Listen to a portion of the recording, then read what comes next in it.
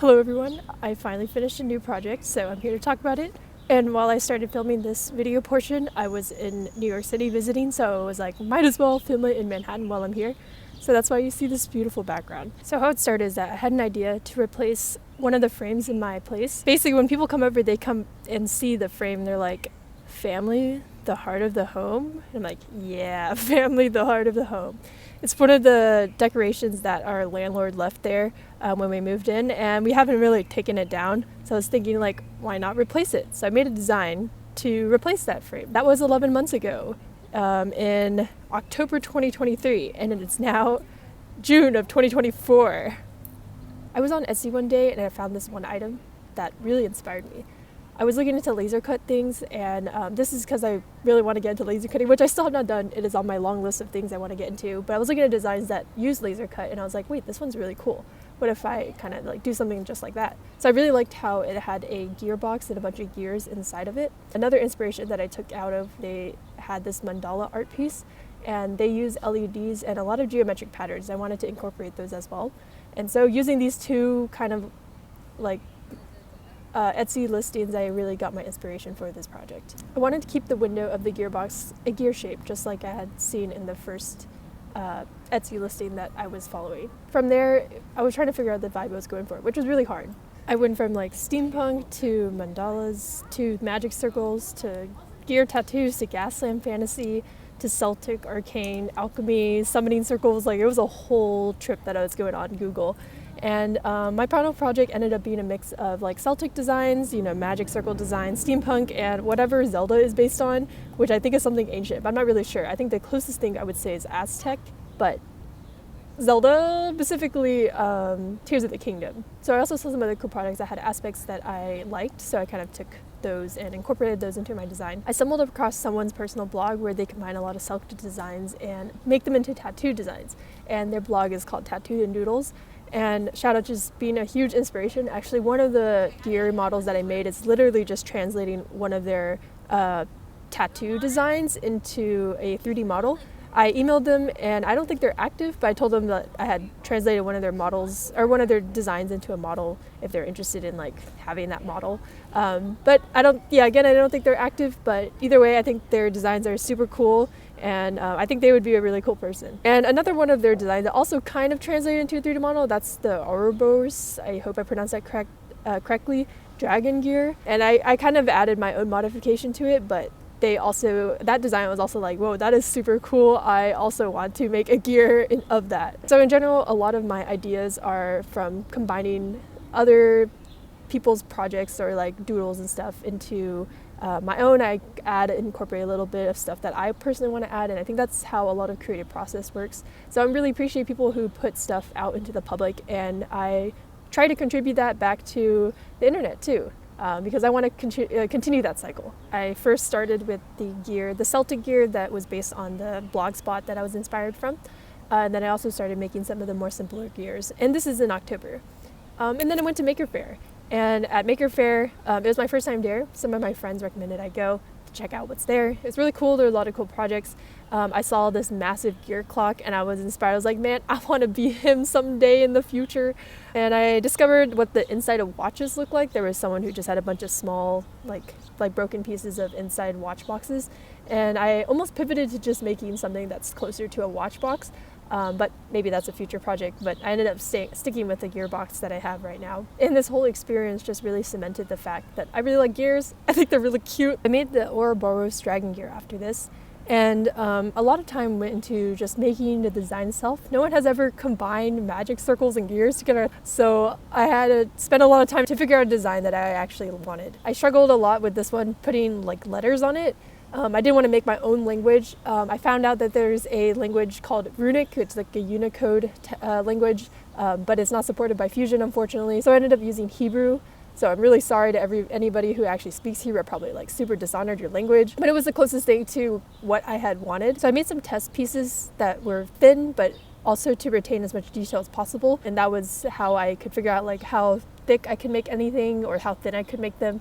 And I used this information to also design my other gears. The next part I worked on was the sun and moon gear, which I had based off a magic circle design with the sun and a moon. I spent a lot of time to figure out like the symbols I wanted to make on this gear following like what the magic circle had, and I ended up doing like a half combination of like characters that look like the runic symbols, so they're super like rigid, super geometric, and the other half being more organic. I made the rays of the sun into pyramids using plane along path, which I finally figured out how to use construction planes and coincident constraints. And I know I've been using Fusion 360 kind of wrong because I've been using more for art than like actual functionality, but shush, it's fine. I'm getting better, and it's fun now. That's how like this time around my designs are a lot more complex and a lot cooler in my opinion. So next I did like the outer portion of the box, and I went on this whole trip from doing like labyrinth vector art to abstract mazes to practical psychedelic patterns. I even learned about Turing patterns, which I didn't even know Alan Turing even made. It's pretty cool though. Hard part of this was really trying to figure out what I'm trying to visualize. So I ended up going back to the original Zelda Tears of the Kingdom designs that I was inspired by, and I was like looking, I was like, I can't use this because it has like a lot of negative space, and it makes it floating, and I was like, huh. But then I went on a trip to Wisconsin and Boston and made some sketches on a plane. People next to me probably thought I was kind of crazy, but it's okay, don't worry guys, I just like gears. Nothing to see here. Was looking at the Zelda designs again, and I was like, wait, if I just take the negative floating parts and just make them, just use those parts and the rest is positive, I just solved the problem. And which wasn't really a problem in the first place. I was like, great, I figured it out. I ended up just using the Zelda designs and just tracing over them because I really liked it and I didn't want to make my own, and I was like, I'm just gonna use this. So I started putting the current gears that I had into the box to see what it would look like and kind of figure out the arrangement. I realized it looked a little empty, so I decided I'm gonna make one more gear. And I used the gear design that I had made during the Boston, Wisconsin sketch on the plane. It's very tesseracty, and I was like, also I don't think that's a word, tesseracty, but I thought it was super cool, so I decided to make that another gear for that. I'm going to talk about some of the box problems that I had. In general, it was really hard to visualize how I could put the LED strip inside to also hold the battery box. I settled on this design where the strip exits the box and loops around before going back into the box to complete the circle, since I had wanted the strip to be both inside and outside, but only use one strip. So I ended up buying a few of these LED strips because the first one I bought was actually too short, and the one I decided on, I realized the LEDs are actually kind of too spread out from each other, but I had already made the 3D model based on the battery box for that, so I was like, I don't want to change it. So what I did was use tape to kind of tape the strip a little closer together between the LEDs, so it makes them look like they're closer together. There's a pigeon over there, I'm distracted. Another idea that I had that ended up ditching was I wanted to add this like frame around the window of the gearbox, of the gear shape of it too.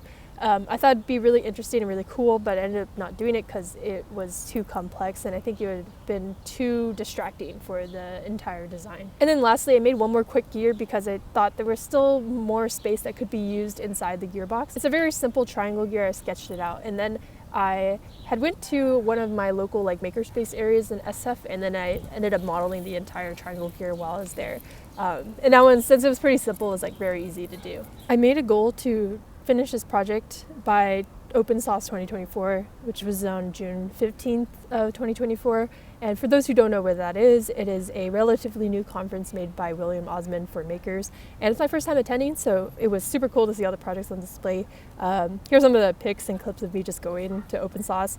Unfortunately, I was not able to finish by Open Sauce, but I really tried my best. So a lot of decisions I made here were like really based on speed, and I was like working on this so much. Like my productivity was like while I was getting closer to the Open Sauce date. I had planned to stay with a friend in SF for 2 weeks, so I downloaded Fusion 360 on my work laptop so I could still work on this while I was in SF because I wanted to finish it by June 15th. It really helped my productivity, I think, having a date that I personally cannot change. Unlike previous times when I tried to put a date, like a self-imposed due date, didn't really work because I knew in my mind I could still change it. But this one, I can't change. So I started using a kind of componentized workflow. Previously, I would do a thing where I make all the models in the same file and then try to combine them together at the very end. That's very hard. It makes the file really slow. So what I did is now I made the gear separately, and then once I finished those, I exported those as meshes and then put them into another file. So it was kind of modularizing the process. I learned how to use meshes because of that. And so once I had the entire combined model, I had to cut everything so it actually fits my printer. And this part was probably the hardest because it took a lot of brain power and visualization to see like how I could realistically put everything together, how I could cut everything so it would actually like work. And made a lot of sketches to try to help visualize this. Another part was also trying to figure out how I would do the coloring section of the gears, and I had done some testing where I painted one of the mistake prints that I had, which was on black PLA, and I bought these metallic paints and put them on it, and I really liked how that looked, like the metallic on black PLA. I also tried on white and I didn't really like how that looked. And I also bought this antique and a cracked finish, but those didn't really work too well on the PLA. The antique one kind of did, so I think I'm going to use that. But yeah, the crack one did not work. I guess it doesn't really work on 3D prints. Now onto the actual printing. I actually had to go back and forth to play around with the settings of my printer because I hadn't used Anthony, my 3D printer, in a really long time. So a lot of failed prints in the beginning, and because I kind of forgot what settings he needed. At the other time, I was also trying to fix Edward, my other 3D printer, because I wanted to finish my open source again, so I was trying to like get 2 printers going, but I learned that Edward is kind of a goner. His extruder is kind of stuck, so I might have to go donate him away soon. And I decided also after this project, I am going to retire Anthony. He has been a good man. He's super reliable. That's all I want in a printer. And I'm gonna go try to find another printer to retire Anthony off the market. I decided after printing a few of the individual gears that I wouldn't do push fit as like what I did in my other projects, since that's just too complicated. I'm just gonna print everything in black and just paint over it, and that would have been easier. So I literally just like took the inside gears and just like square cut, and so that it would fit my 3D printer. And I was like, okay, I'm just gonna paint over it. However, I noticed that like the color quality is worse when I do that, so I have to put like a lot of layers of acrylic paint to kind of to deal with that. Some of the gears I did print in not black, I printed them in silk PLA. So for those I like colored a little bit, or like for all of the other gears too, actually I like used wood filler to kind of do some touch-ups between the cracks so that like it would be smoother. And that's what I've done with my other projects too. Because my printer, again, Anthony, he is reliable, but he's not the best printer. So there are like gaps and stuff. So I just try to fix it like that using wood filler. Now I put the parts together. I started doing this while some of the parts were printing, but I recorded bits and pieces of me putting pieces together and painting and printing. And with that being said, we're going to the time-lapse part of this vlog thing.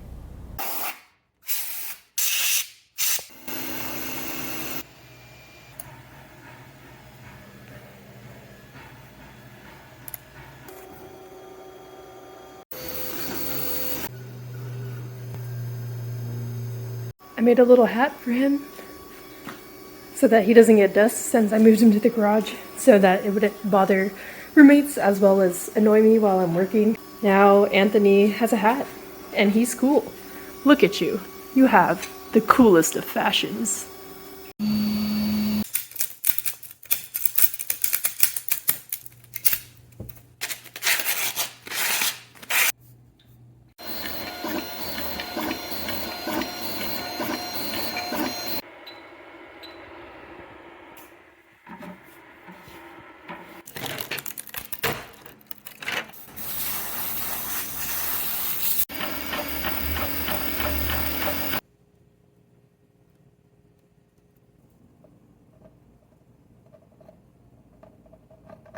I have an intrusive thought. This kind of looks like a pita sandwich.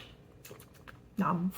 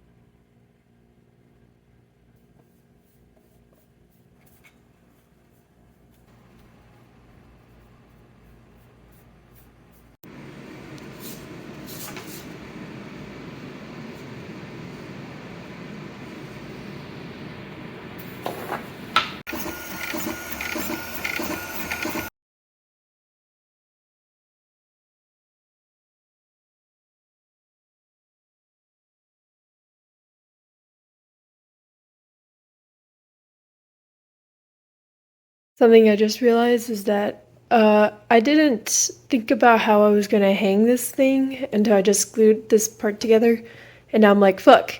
I guess I was thinking about how I did with my steampunk clock, which is like over there, look at her. And that's using like just really strong command strips.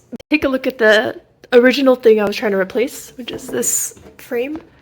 Technically, it's nailed into the wall, and on the back of this, they have like these little ridges that the frame can hang off of.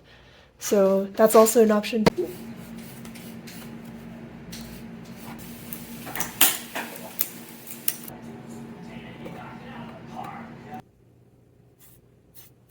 So at one point, Anthony started giving out, and he started smoking from the hot end. And I was like, "What the fuck happened?" Realized that the hot end broke, so I had to replace it, and I had never replaced one before, so I had to learn how to do that.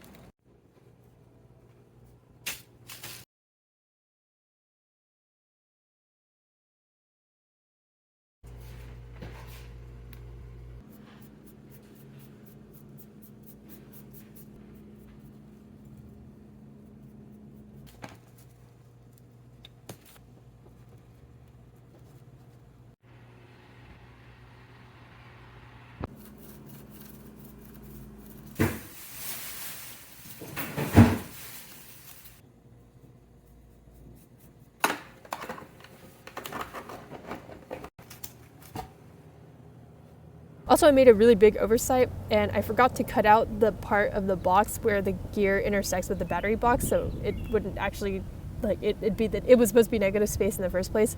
And I didn't realize that until, I already printed everything, and this is the day I was literally leaving for New York. So what happened was, because I couldn't finish my open sauce, I tried to change it so that I would finish it by leaving for New York, which did not happen, but I am still filming the video before I have fully completed the project. But by the time I post it, I'll be done. I used a soldering iron to iron off the part that I had forgotten to subtract from the design. And while I was doing this, I also forgot that PLA, like using a soldering iron to melt PLA, is literally toxic for you, and I had forgot to open the windows, and I was like, oh shit. So I started like opening the windows and everything, and then I moved to the garage because I forgot to also melt another part of it off. So I was just like, went to the garage and melt the rest of the part that I need to melt off, and then had the garage door like wide open. But what can I say? Some people sniff Sharpies to get high, but 3D printer nerds sniff melted PLA to get high.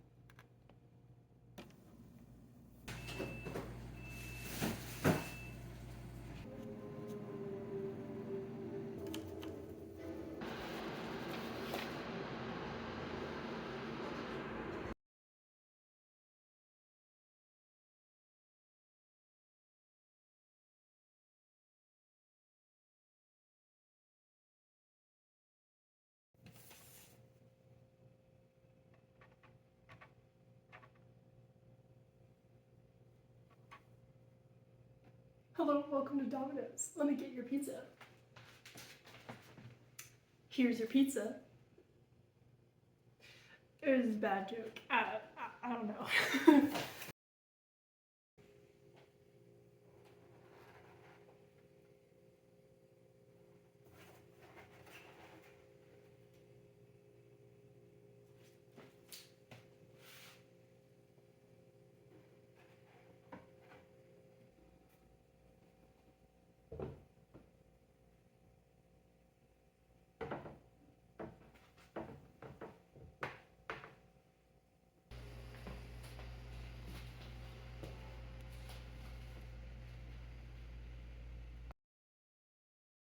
Alright guys, so I had finished the project and I hung it super late into the night when I was working on it, and then when I was in bed I heard a loud thud and the boy fell and broke, so I have to re-glue some pieces, and then the corner actually like kind of shattered a little bit, but you know, on the positive side that means it has some personality and now I need to fix it. And also I bought like these nails right here.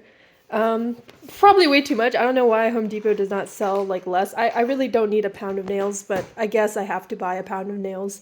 And also the guy there also recommended I could get these picture hangers, which they supposedly support 30 pounds.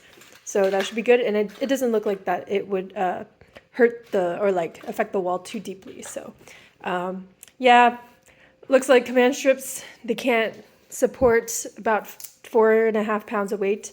So we're gonna try this now. I just realized this puzzle is insanely difficult. I'm just using a picture of my model and then trying to see where like these little smaller pieces fit in. Oh man.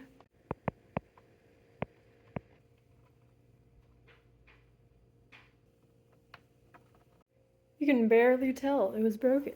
Look! Only if you look closely. Also another part here kind of broke, but just trying to glue it back together and then I'll repaint it, so hopefully it's not as noticeable. Yee.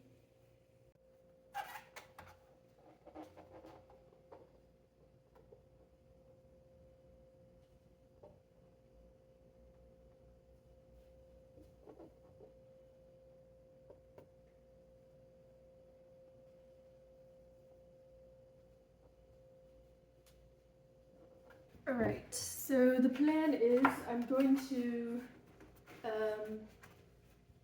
there's like one hole in the back on the top right, like here where my nose is. Going to melt a little bit inside so there's like a little ledge for the hangers to hold on.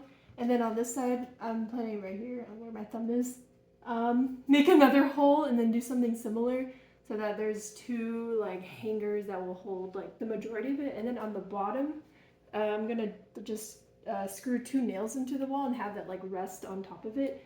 Yeah, even though I remember weighing this and it said like 4.5 pounds, it feels like heavier, but I don't know, maybe it's just like me just holding this to make pictures already made my hands like, oh wow, my muscles are kind of getting sore.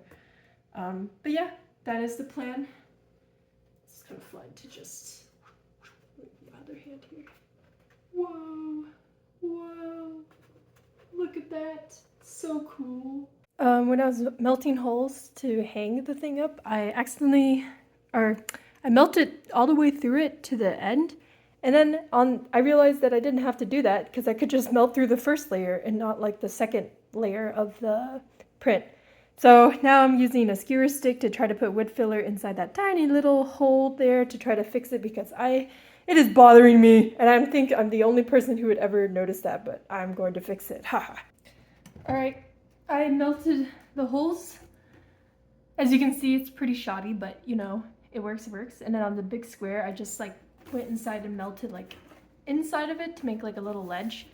And then yeah, I just nailed the stuff onto the wall. Let's see if you can see it. And surprisingly, I actually made it pretty symmetrical with my holes. And hanging it looks like it works fine. So yeah, check it out. Look at the hangers in the back. You can see them. They're just hanging out. Anyway, yeah, just testing. It's like very much on there like a frame. If I lift it off like right here, like I can obviously lift it back out, but in terms of like if I try to shake it from the top, it is like very, very stable. So I actually have like no doubts that this will fall off anytime soon. Family, the heart of home. That was so yesterday. Today we have cool box thing, 3D printed thing that also lights up. Very cool. Yes. Luckily, I guess the way I designed it, I can actually, there's the switch for the LED box there. And because I hung it, it's pretty easy to take off and on now. I guess I'm glad that the command strips didn't work because this is a lot easier to change the batteries. And yeah, so I can use my finger to kind of go in here and forgot you have to go from the top angle. There you go. And you can turn it on. And I can control the lights with my phone using the app that came with the LED box. So pretty cool, pretty swag. Very easy for me to turn this on and off and adjust it, add batteries, whatever. I think one thing that's cool is that like I just hung it right here, which is in our living room. The steampunk clock that I also made is also in the living room. You actually like just whoop, it's over here. So like you can really see like, oh, here's the thing that I made like a year or two ago, and then now like look what I made here, which I feel like you can see a difference in like how detailed the models are compared to like the last one.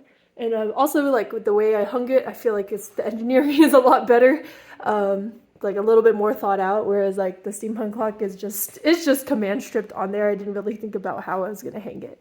So yeah, I just think it's super cool. Yeah, look at her. Wow.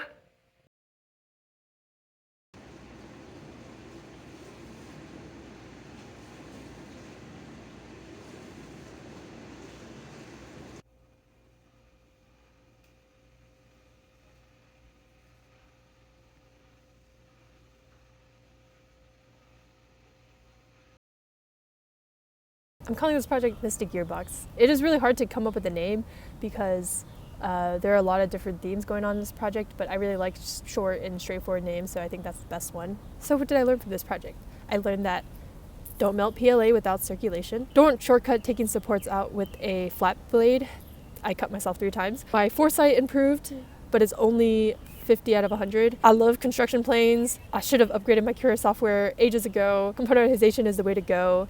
And I really like gears. Overall, this project was super fun. I'm glad and very happy that I did it and I was actually able to finish it. A lot of ideas that I have never actually make it out, especially the big ones. And I clearly have improved a lot with my modeling skills and I'm very happy with how this turned out. So I'm gonna upload all of the individual gears onto Thingiverse since the entire thing is pretty complex. So if I split everything out, it might be more useful for people like that. And all of those links are gonna be in the description of the video if you wanna check those out. I hope this project I made inspires other people as others projects have inspired me. And that's all, so peace out. Yeah.